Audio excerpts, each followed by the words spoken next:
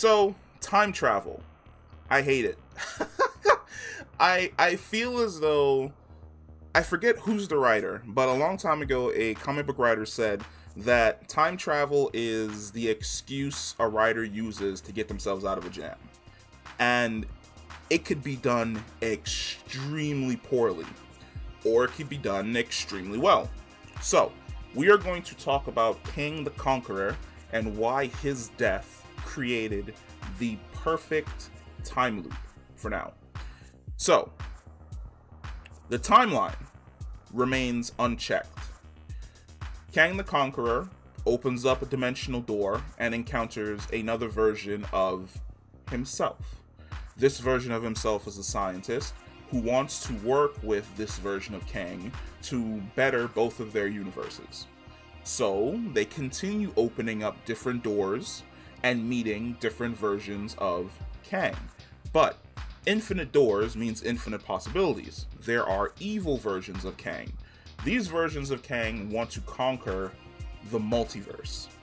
As a direct result, all the versions of Kang went to war with one another.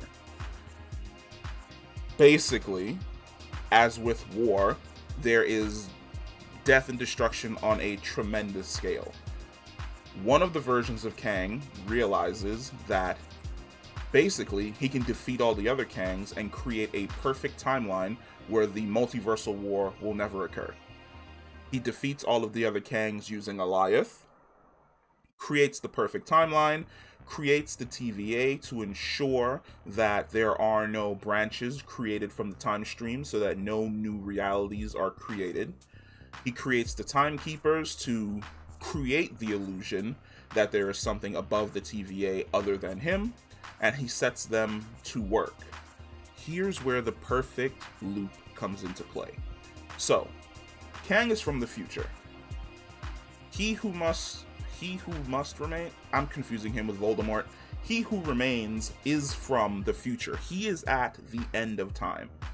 He who remains will go back in time, wipe out all the Kangs, create the TVA, and then the TVA will follow the sacred time stream until Sylvie kills He Who Remains. The perfect time loop. The multiversal war happens. He Who Remains creates the TVA. The TVA prunes Sylvie's timeline. Sylvie goes to the future and kills He Who Remains. The timeline becomes unchecked. The multiversal war happens. He Who Remains defeats the other Kangs. He creates the TVA. The TVA prunes Sylvie's timeline. And on and on and on in a perfect loop, in a perfect circle for all time. Unless a Loki fucks it up. Like, I feel as though he created literally the perfect time loop so that no matter what, as I've said in a previous video, a Kang always wins. But the problem is, Loki is just so unpredictable that there's a possibility that literally that time loop can be broken, that you can escape from that time loop. The issue is, and this is something that Kang has brought up on multiple occasions, not only in dealing with other people and dealing with himself and other versions of himself. The issue is, will it create a paradox? And that is one of the things that I feel would have happened if Loki had stopped Sylvie from killing Kang and they had left. It is that version of Kang's, basically the end of his journey, where he's expected to die. If they did not kill him, a paradox would have probably formed. But Sylvie will always kill him, because she's the most driven Loki by revenge. The only Loki who's ever escaped from basically their personality, their core personality, is our prime variant Loki. All of the other Lokis default to basically who they are. Sylvie's the same. Her goal was to kill the person at the head of the TVA. She kills Kang.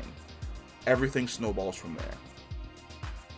We just basically have to wait for season 2 and Ant-Man Quantumania to see where exactly we're going to end up from there. But that's it. That is the perfect time loop. The perfect time loop created to ensure that Kang the Conqueror always wins. Peace.